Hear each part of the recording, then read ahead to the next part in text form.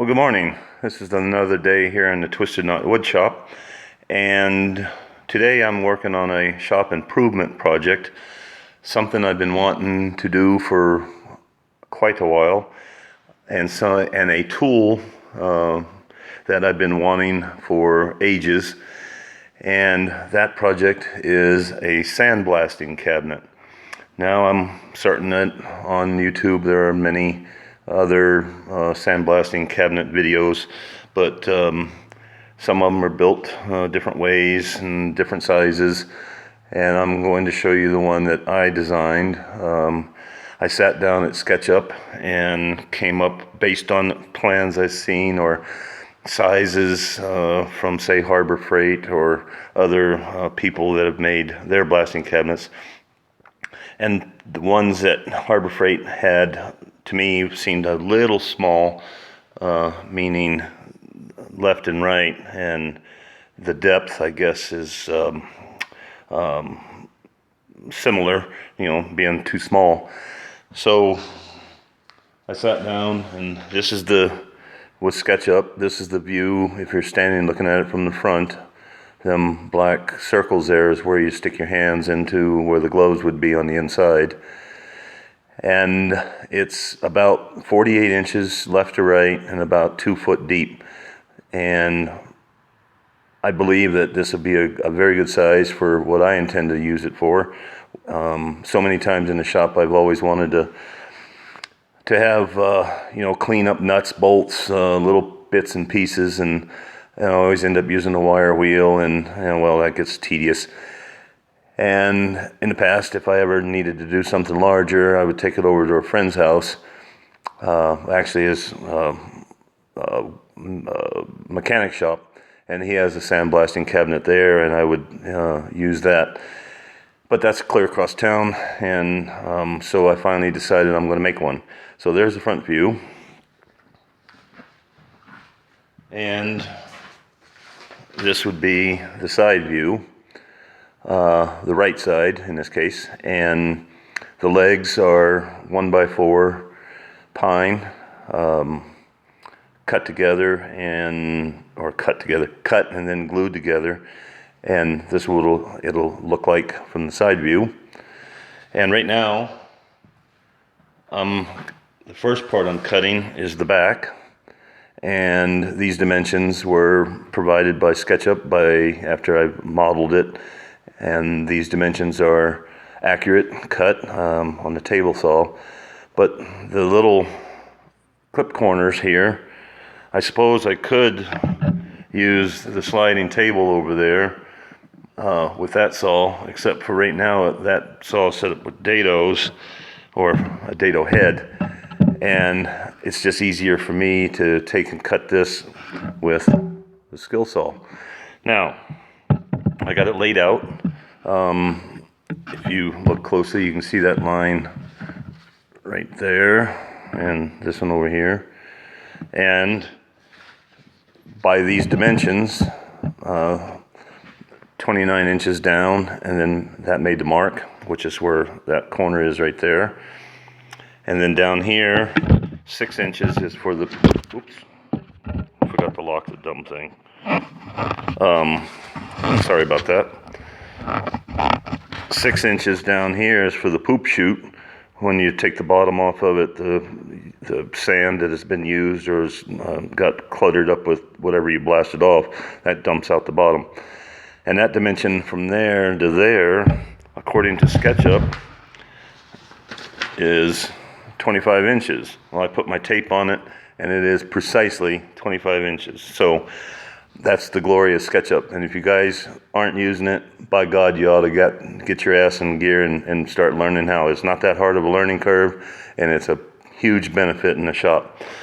Okay, so I'm going to cut this first one with the skill saw. And let's see, let me get you over here yeah, all right.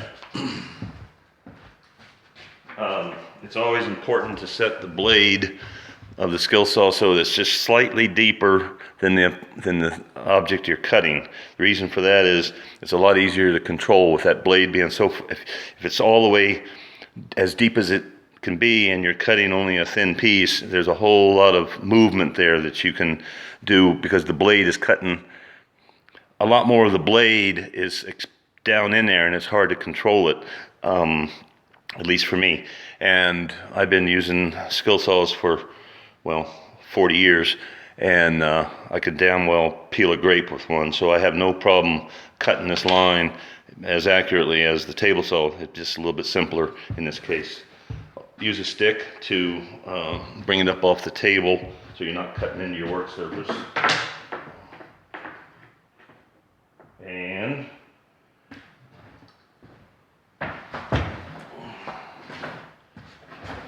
you just pick up your saw and go.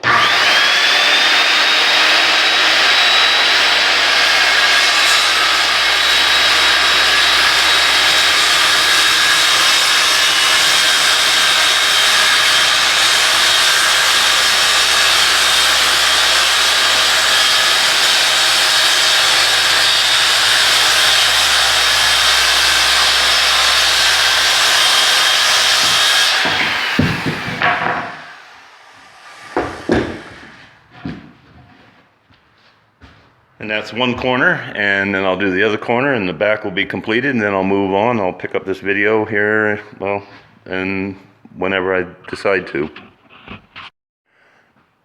Okay, I'm back, and I've got the two sides cut. This one here, and that one sitting over there. And according to SketchUp, my angle at this edge here, which will be the front, and the sloped section there, which will be the door to open up, that angle right there, according to SketchUp, is 38.5. Excuse me, 35.8. You're looking at the front view of it, so this top line here is the long point of the bevel or angle, and this line right there is the short point, and the angle is 35.8. So to make sure that I had that correct, or SketchUp had it correct, I went to the miter saw, and I don't know if I can get this where you can see it well. I cut an angle of 38.5, 35.8, good God. And if I stick that at this short point of this angle cut and take a block of wood and bring those together, you can see where the joint right there is perfect. So how do you transfer that to the table saw? Well, it's easy. You take the same block of wood and I'm not at that stage yet, but what you do is you cut off a section of this and then just use this resulting angle here and lay it up against the blade. When the angle is set, then you lock it down, and I'll show you that in a bit. But what I'm fixing to do is cut the front portion, which is this, and I know that I didn't go to the trouble in SketchUp to print all this out. I just wrote it all on there. But the long point length is 36 and 9/16, and it's got a little tilde there. It means it could be like a 16th or a 32nd off. But I know the short point is 36 for sure, so that's what I'm going to be going with. Now, the inherent trouble with particle board is that the factory edges are rough as a cob. You can see that edge there is porous, rough, whereas this edge here has already been thrown through the saw, and that's smoother and a lot easier to for gluing for sure, and also later on when it comes time to paint, because this stuff here, with it being nice and rough like that, it sure does suck up the paint pretty good. Now, I know that my measurement that I need for the width is 44.5. I've got the saw set to 44 3/4, and I've got a melamine type of blade in there. It's not a true melamine blade, but it's a 80 tooth fine cut, and that's what allows to get a nice smooth edge. So I'm going to rip it to the 44.5 or 3/4 in this case, turn it, and then we'll do the long edges.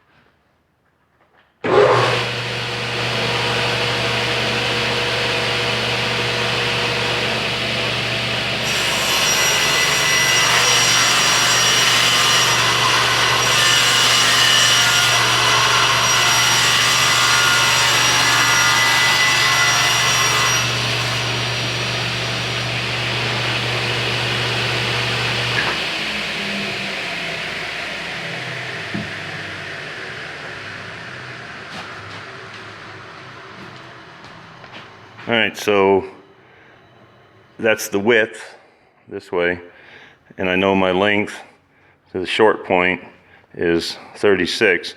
I'm going to cut this to 37.5, and then set the bevel, and then cut that, and then we'll get to cutting it to the actual length. So give me a second, and I'll do the first couple of cuts, and I'll pick this up in a bit. Okay, I've cut the block a little bit shorter. That's my 35.8 angle right there. And now I'm going to set the blade to this angle using this block.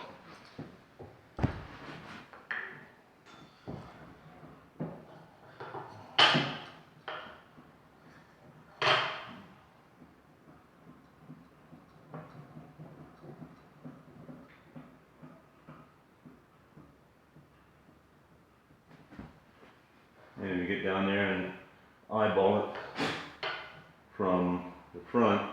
You can see if you need to go more or less.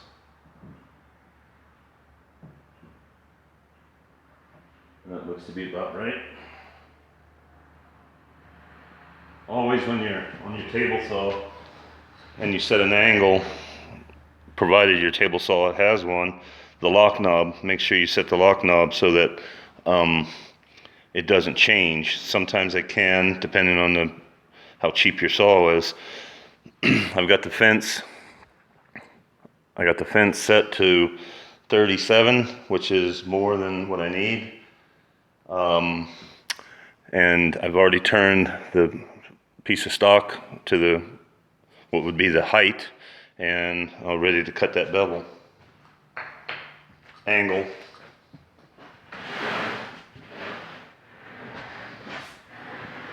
Provided I can get the dumb thing around there without hitting the tripod.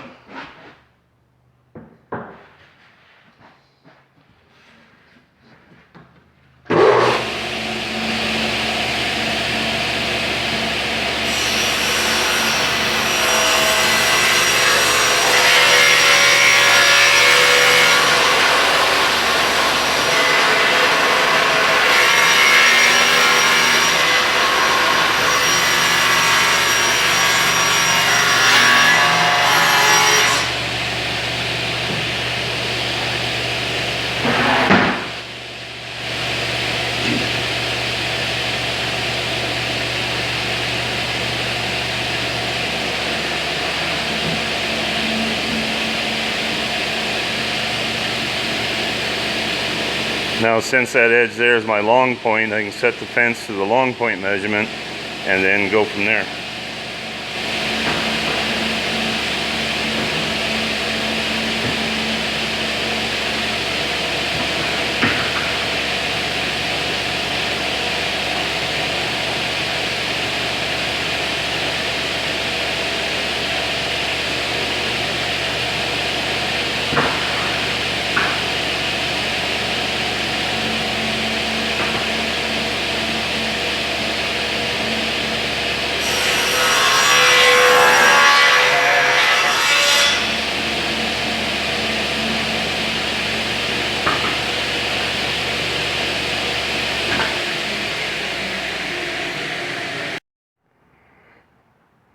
All right, excuse me.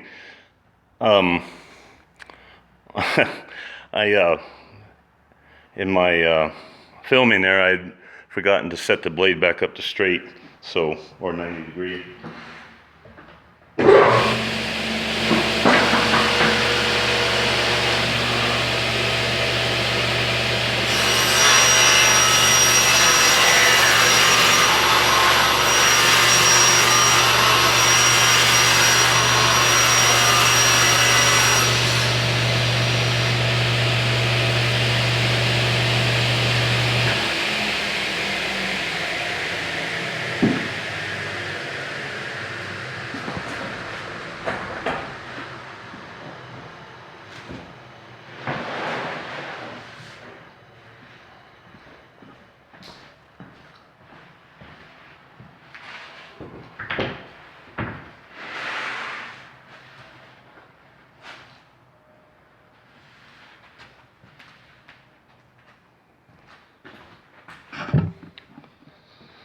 So now the next step is to make this piece look like that. I'll pick that up in a bit. All right, so this is the front. If you remember, I was working on that, making the cuts, and the bottom part, which is over there, those angles have been cut on the panel. And now I'm fixing to cut the holes for your armies. A couple of months ago, in anticipation of building this, I could have gone online and purchased some flanges to fit the gloves that are available for sandblasting units, but instead I made my own. I just went and got a piece of or a section from a friend of mine that had, well, actually the city of Ronan, some 6-inch pipe, and I cut out 2 plywood rings and I just bolted them with through bolts, and so the plywood itself will be the flange that goes straight down. And as you can see, I've got the circle there laid out and the hole to allow the blade of the jigsaw to go through, and I'll just follow that line and we'll see how well it fits.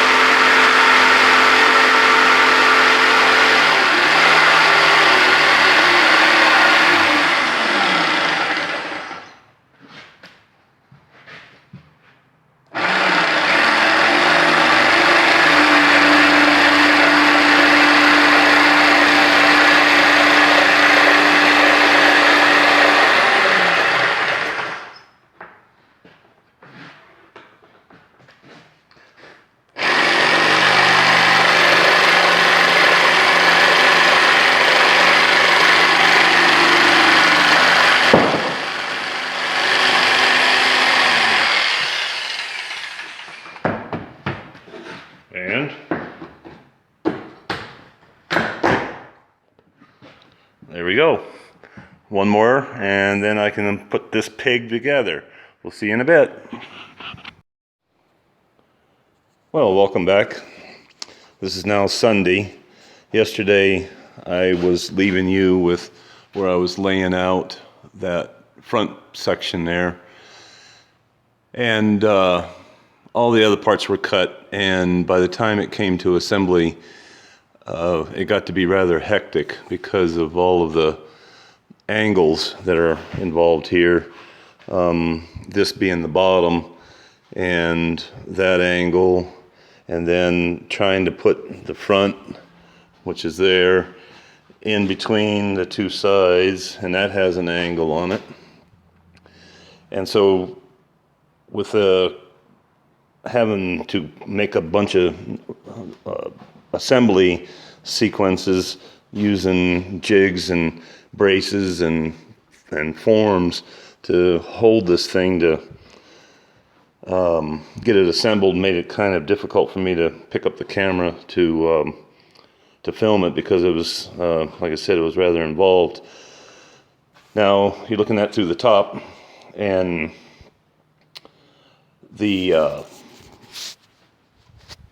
this is the drawing, excuse me, from SketchUp, and the front is removed, and these two panels here, this one and that one back there, is what would deflect the sand or abrasive as it falls down and sending it to the, what I call the poop chute.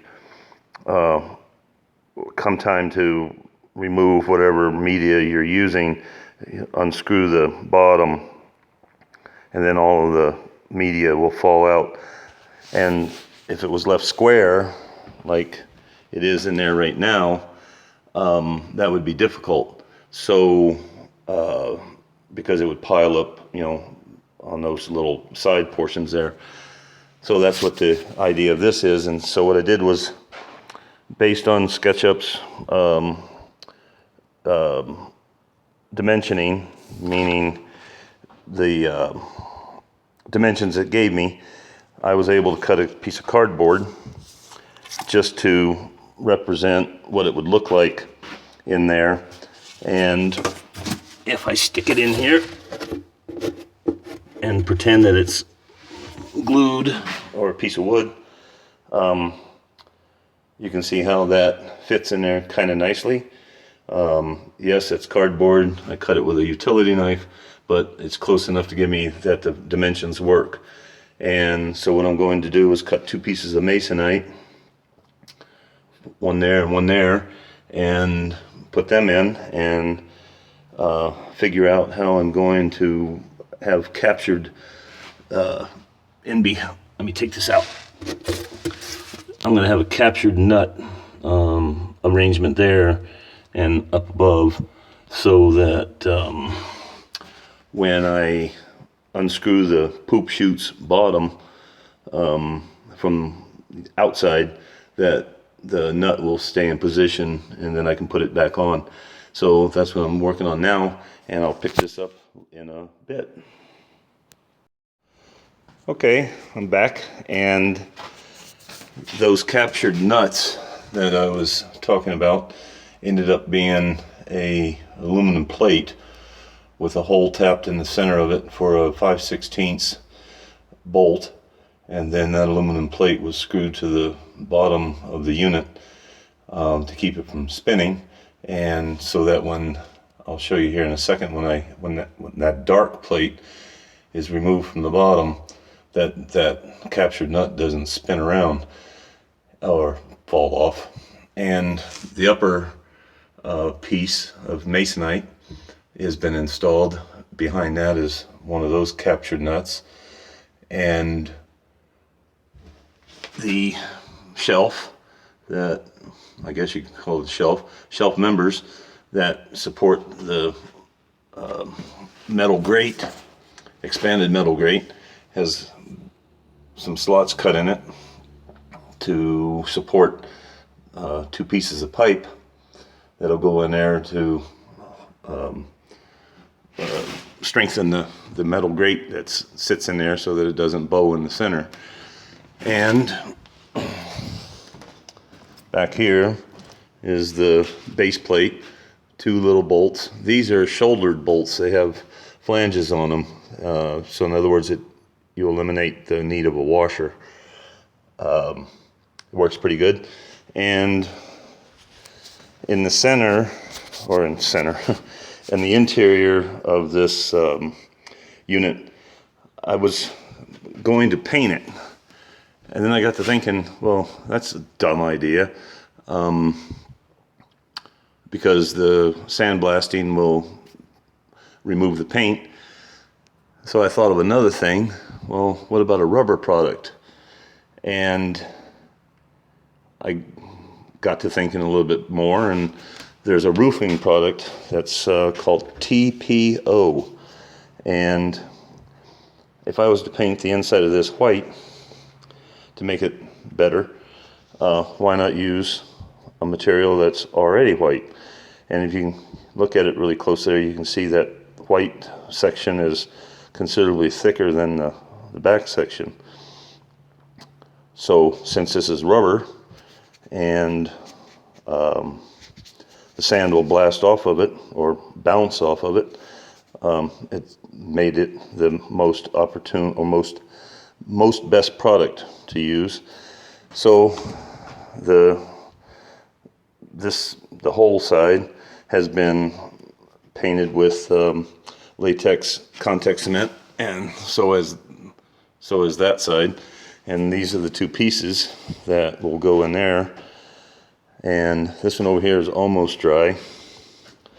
If you watch one of my earlier videos about building countertops, you'll see how to determine when the glue is dry enough to adhere down to the substrate.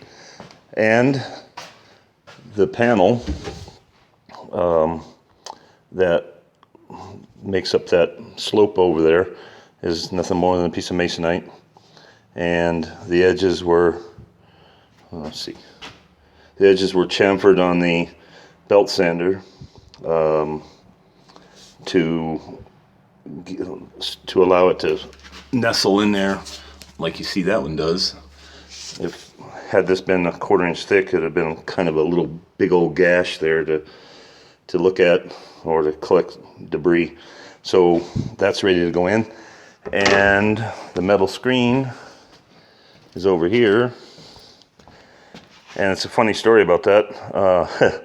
My brother-in-law came into the shop on Saturday, and I said, hey, where does a guy go get some expanded metal, like wire mesh? He goes, follow me over to the house. So I did, which is not very far away. And we get there, and the first thing he shows me is a piece of aluminum star plate. It's got the little raised ridges on it, and you see it on truck beds and such like that. And I looked at him and I said, dude, it has to have holes in it. And he starts laughing and takes me around the corner and then shows me that piece there. It was bigger than it is. It's cut to fit, but it was perfect size. There wasn't much waste out of it, but it was kind of funny. Dude! And he started laughing. Anyhow, so I'll pick this up down in a little bit when I get the first piece of TPO down, which will be this one, since that one was painted first, and that goes on the army hole side. And we'll show you how that goes down in just a bit.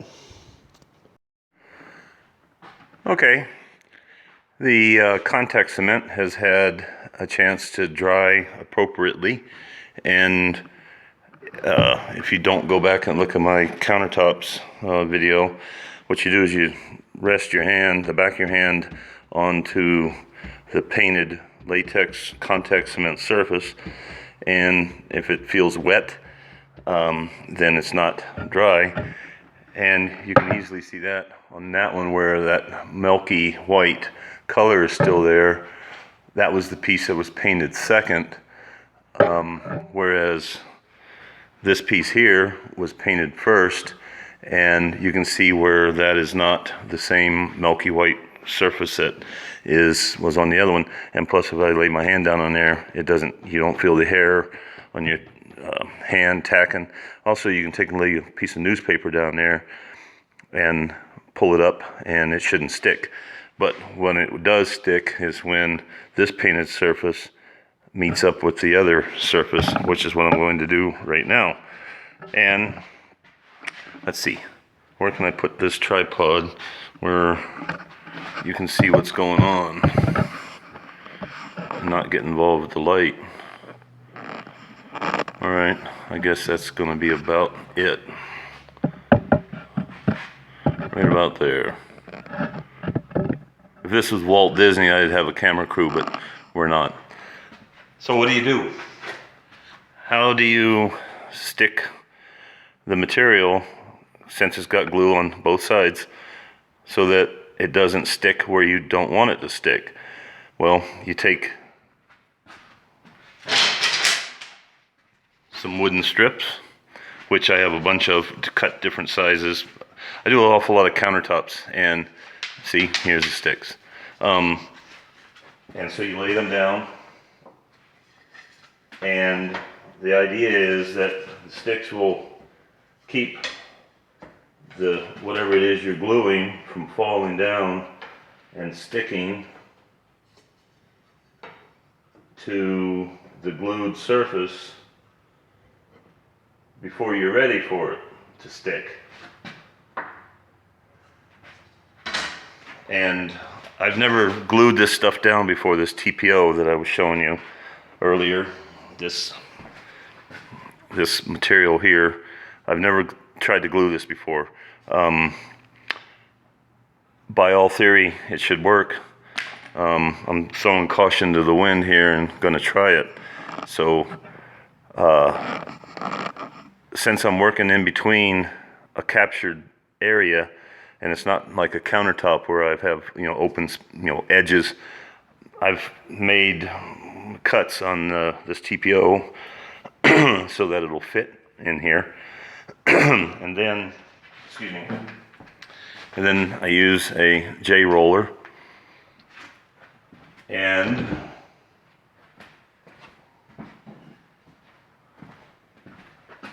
since the J roller won't get, nice and tucked up in those corners, we have to use the old tried and true hammer and a block of wood.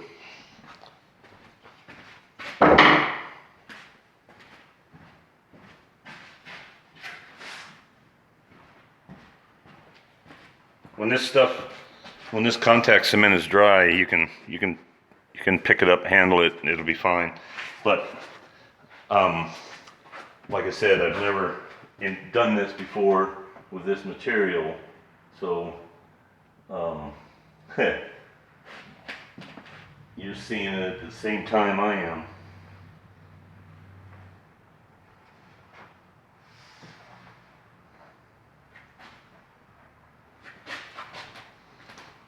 The principle here is you have a strip over there, you remove that first strip, roll it down, and those first 8 inches or so will almost guarantee you that it's going to be straight, so long as you register it, like in this case, up against that strip there. So let's see how it works.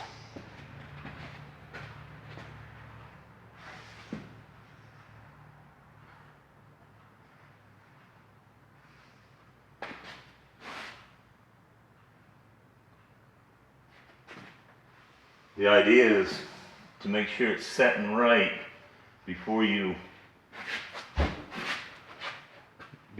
start to set it down. So you want to position it and make sure you got it exactly where it needs to be.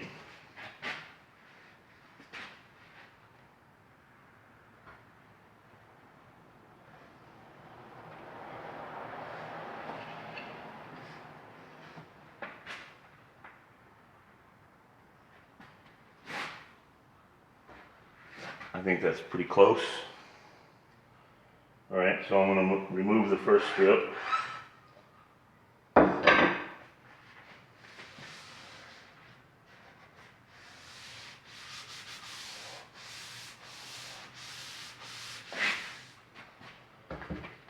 Pick up the J roller, give it a wipe.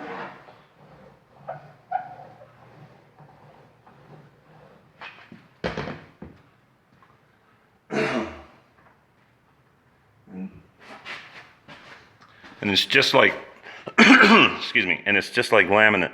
You pull it up from the non-stuck end and start removing the strips.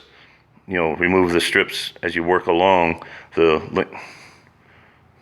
length of the material.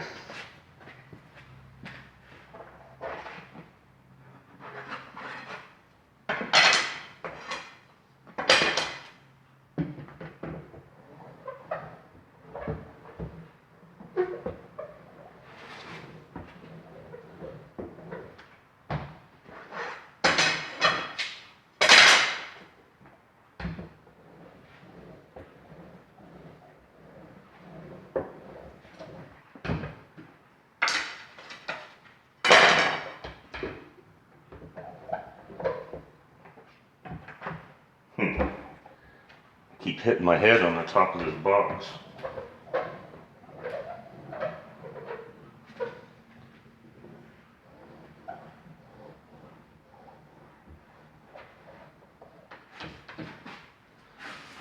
All right, now I cut it a little long intentionally. That's why it's curled up there, and I can just carve that so it goes down in there and fits right, because it's a little tough to cut this stuff, I found out. And like I said, I've never dealt with it before, but I'll move on and then I'll pick this up down the road. Okay, I got the edge cut, and so it's fitting in the where it's supposed to. Now, with anything that you're cementing, contact cement in this case, anytime you have a hole, you want to be very, especially with plastic laminate, like, you know, on countertops, you want to be very careful rolling the J-roller around that said hole, because too much pressure could fracture the laminate. In this case, it's rubber, but even still, I didn't want to, you know, force it down and it would pull it away from that back edge or whatever. So you kind of gingerly roll it around, and then you come back. Hang on. Then you can come back with your J-roller and roll it around the perimeter of the hole.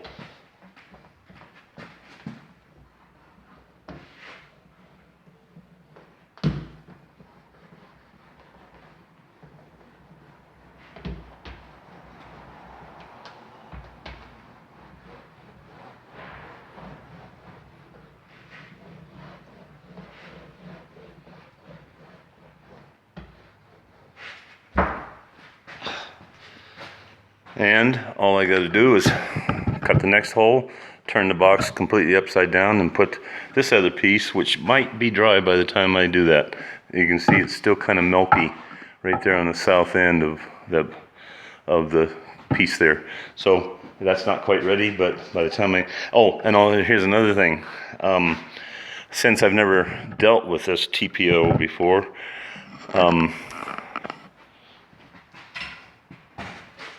I have no idea how lacquer thinner will react to it to clean it. I'm hoping it'll take off that black printing over there, so we'll find out here in a bit. And in fact, I'm going to go fetch it right now and clean this test piece and see what happens. Talk to you in a while.